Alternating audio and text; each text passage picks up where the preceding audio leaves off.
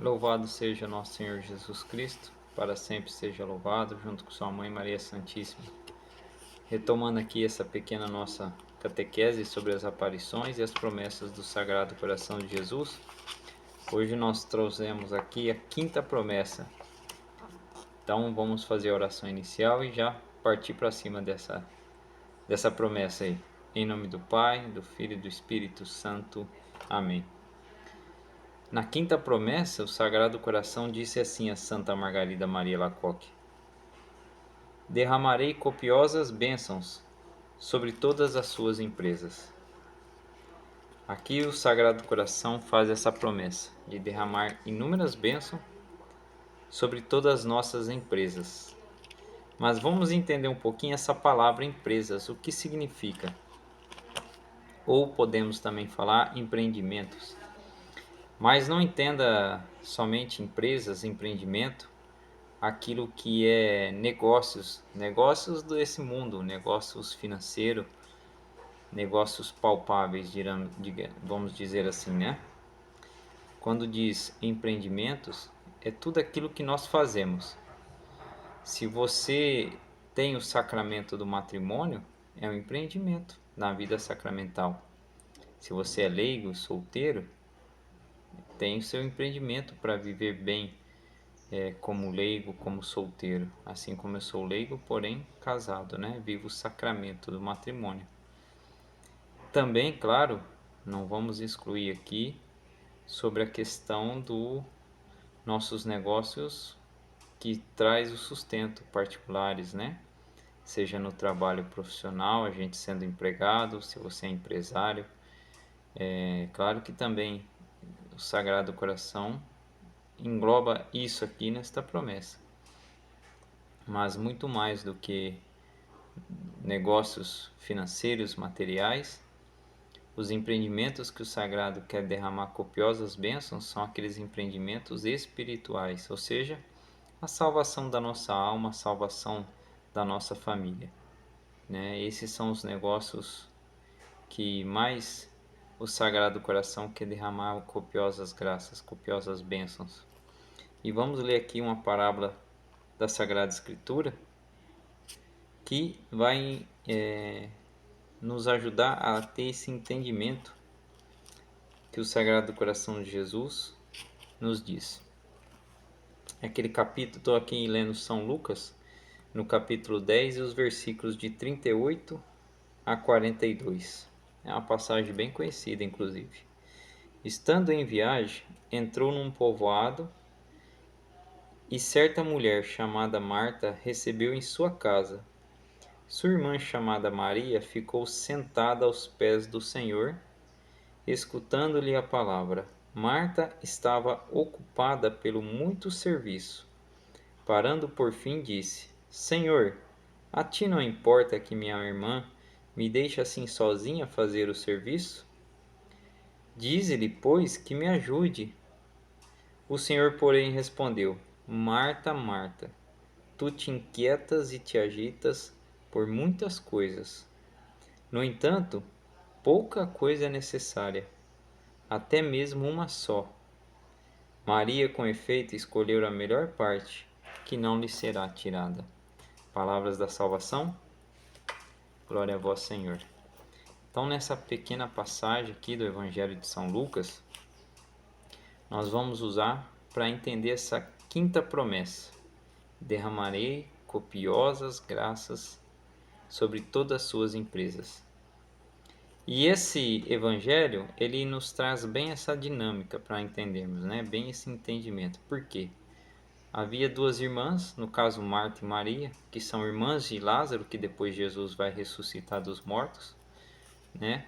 E Jesus estava sempre ali nas suas passagens, ele passava ali na casa das irmãs daquela família, né? E nós podemos ver ali como São Lucas retratou bem. Uma das irmãs, Marta, Santa Marta, né, que a gente conhece, estava ocupada com os afazeres de casa, correndo com vários serviços, diz aqui a palavra de Deus. Porém, Maria, ela parou para escutar o Senhor. Ela se deteve diante da palavra de Deus. E ali a sua irmã, preocupada com os muitos negócios que ela estava fazendo, ou seja, com os muitos serviços ao mesmo tempo, se dirige a Jesus. Vamos entender assim, uma reclamação, né? Porque o Senhor não se preocupava que ela fazia tudo ao mesmo tempo, muitas coisas ela fazia ao mesmo tempo, e a sua irmã, no entanto, parada, ouvindo a palavra de Deus. E olha que interessante a resposta de Jesus, né? Marta, Marta, tu te ocupas demais. E ele diz ali que Maria escolheu a melhor parte. Ele diz ainda, né? Basta-te apenas uma coisa, ou seja, apenas uma preocupação. Então, para que nós entendamos e possamos absolver essa quinta promessa, que o Senhor derramará copiosas bênçãos em nossas empresas, ou seja, naquilo que nós façamos, seja na vida pessoal, na vida profissional, acima de tudo, em primeiro lugar, na vida espiritual. Nós devemos, em primeiro lugar, observar isso que Marta não fez. Em primeiro lugar, como diz também o próprio Evangelho ali de São Mateus, no capítulo 6, quando o Senhor fala ali daquele buscar em primeiro lugar o reino dos céus e tudo mais vos será acrescentado. Então, para que essa quinta promessa, que seja derramar copiosas bênçãos sobre os nossos empreendimentos, para que ela verdadeiramente nós possamos vivê-la como todas as demais promessas, nós em primeiro lugar devemos ouvir o Senhor. Buscar em primeiro lugar o reino dos céus. Buscar em primeiro lugar uma vida de conversão. Uma vida de profunda e verdadeira contrição, arrependimento dos nossos pecados. Entendem, meus irmãos? Então, para que essa quinta promessa ela seja efetiva, nós precisamos fazer a nossa parte. Como diz o Senhor, às vezes nós estamos ocupados com muitas coisas ao mesmo tempo e ainda temos essa ousadia, vamos dizer assim, de importunar a Jesus como se ele não se preocupasse conosco, ao ponto que somos nós que invertemos as coisas, que tiramos as coisas de um certo sentido da ordem. Porque nós não fazemos aquilo que Maria fez por primeiro, onde diz o próprio Senhor, e ainda ele reforça: e não te adianta te ocupares de muitas coisas, basta-te apenas uma preocupação. Viva um dia por vez. É isso que o Senhor nos pede nessa passagem. Como ele mesmo diz no próprio Evangelho, a cada dia basta a sua preocupação. Não vos preocupe com o dia de amanhã, porque o dia de amanhã terá e se encarregará das suas preocupações. Preocupe-te com o dia de hoje.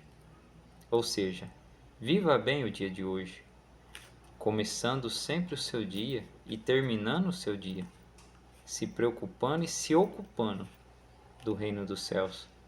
Porque nesse mundo agitado que nós vivemos, nesse mundo que já se esqueceu, né, se tornou pagão novamente, um mundo que há muito tempo já vem novamente expulsando Jesus, e estão prestes, fazendo isso com a sua Santa Igreja, crucificá-lo novamente, né, através da sua Santa Igreja, de tantos sacrilégios que se cometem, né, entre nós católicos, principalmente.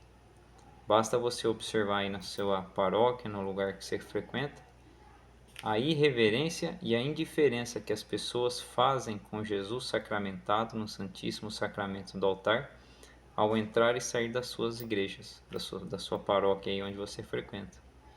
Né? Ou como elas se preparam minutos antes da Santa Missa. Se há um profundo silêncio, como como Maria, para realmente ouvir a palavra de Deus e depois receber o próprio Deus, se estiver preparado, é claro, ou se nós estamos nos comportando como Marta, agitados, preocupados e nos ocupando de muitas coisas ao mesmo tempo. Entende, meus irmãos? Então, muitas vezes, nós não percebemos, tá? Deus sempre derrama suas graças nas nossas vidas. Se nós estamos acordados, respirando e falando, já é uma graça de Deus. Ainda que você esteja doente numa cama, seja no hospital, seja na sua casa, ainda assim é um tempo de graça de Deus, porque Ele permite, através dessa doença, a nossa contrição, a nossa arrependimento e conversão. E às vezes você pensa, mas do que eu vou me arrepender se eu já me arrependi de tudo? Amado irmão, o Santos nos ensina, né? Que essa contrição ela deve ser pelos nossos pecados já confessados lá do passado, ainda que nós não tenhamos novos pecados graves, assim eu espero, né? Que nós devemos causar esse profunda contrição daqueles pecados passados, né? Porque o que nos salva é o sangue de Cristo. E o seu sangue foi derramado na cruz por cada um de nós. E o seu sangue, a sua paixão, ainda acontece em cada Santa Missa. Então, quantas vezes o Senhor não falou isso para você na participação do santo sacrifício da missa? Você chega lá agitado, preocupado, com muitas coisas e não fica com a principal, que é o que Jesus fala para Maria. Falou para Marta em relação a Maria. Maria ficou com a melhor parte. Apenas uma coisa te basta. E, em primeiro lugar, ouvir a palavra de Deus. Ouvir o próprio Deus. Procurar o reino de Deus, em primeiro lugar. Então, para que essas copiosas bênçãos, e sim, fazendo isso, o próprio Evangelho de São Mateus, lá no capítulo 6, ele fala isso. Buscar em primeiro lugar o reino dos céus, e tudo mais vos será acrescentado. Então, para que as copiosas bênçãos caiam sobre nós, nossos empreendimentos espirituais, pessoais, profissionais, em primeiro lugar devemos buscar o reino de Deus, porque tudo o mais nos será acrescentado. E buscar o reino de Deus dentro daquilo que é preconizado e ensinado pela tradição da igreja bimilenar, ou seja, mais de 2000 anos. Como que eu busco o reino dos céus? Você pode estar se perguntando. O próprio Senhor responde, aquele rico que pergunta para ele: Senhor, o que devo fazer para entrar no reino dos céus? E o Senhor responde: cumprir os 10 mandamentos. E claro, e também hoje nós temos os mandamentos da igreja, os 5 mandamentos da igreja. E aí também, com isso, né, como os santos fizeram, nós devemos imitar os santos, porque São Paulo diz: sede os meus imitadores como eu sou de Cristo. Imitando os santos na prática da caridade, da esperança do amor, mas também da penitência, pelo jejum, pela abstinência, pela oração sem cessar, né? Porque como diz Santo Afonso, quem reza se salva, quem não reza se condena. Como ensina a própria Santíssima Virgem ao aparecer, né, a São Domingos, ir entregar o rosário, e depois ela vem em tantas aparições pedindo para que nós rezemos o rosário. E nós temos essa grande devoção ao Sagrado Coração, que também é um meio de salvação. Participando das missas todas as primeiras sexta-feiras, fazendo uma comunhão reparadora a tantos sacrilégios que se comete hoje na Eucaristia. Rezando, por exemplo, amados irmãos, pelo sínodo que começou hoje. Hoje é dia 4 de outubro, hoje é dia 3 de outubro, eu já estou com o dia 4 de outubro na cabeça. Amanhã, dia 4 de outubro, dia de São Francisco de Assis, inicia o sínodo da igreja. Rezando pelo sínodo, por cada bispo que está lá. Não importa a sua opinião, se você gosta ou não gosta. Calma lá, eu vou explicar. Quando digo não importa a sua opinião, porque em primeiro lugar nós temos que pensar no bem da igreja. Amar e servir a igreja. Por isso a nossa oração. Claro que você tem as suas opiniões, eu tenho as minhas, mas não é o caso aqui. O caso aqui é que devemos rezar, oferecer sacrifícios e jejuns. Porque o próprio Cristo vai dizer no Evangelho de São Lucas a São Pedro: Pedro, Pedro, 3 vezes o diabo me pediu para te peneirar, e eu orei por ti. Se o próprio Cristo reza para o primeiro Papa, que é São Pedro, quem dirá nós? Não devemos rezar e muito. Amém? Eu vou ficando por aqui, para não ficar muito longo o vídeo. E logo nós voltamos aí com a sexta promessa, das 13. Deus abençoe. Tenha uma iluminada e abençoada semana. Eu não sei o dia que você vai estar assistindo esse vídeo. Louvado seja nosso Senhor Jesus Cristo, para sempre seja louvado, junto com sua mãe Maria Santíssima. Salve Maria, salve José. Deixe seu like e se inscreva aqui.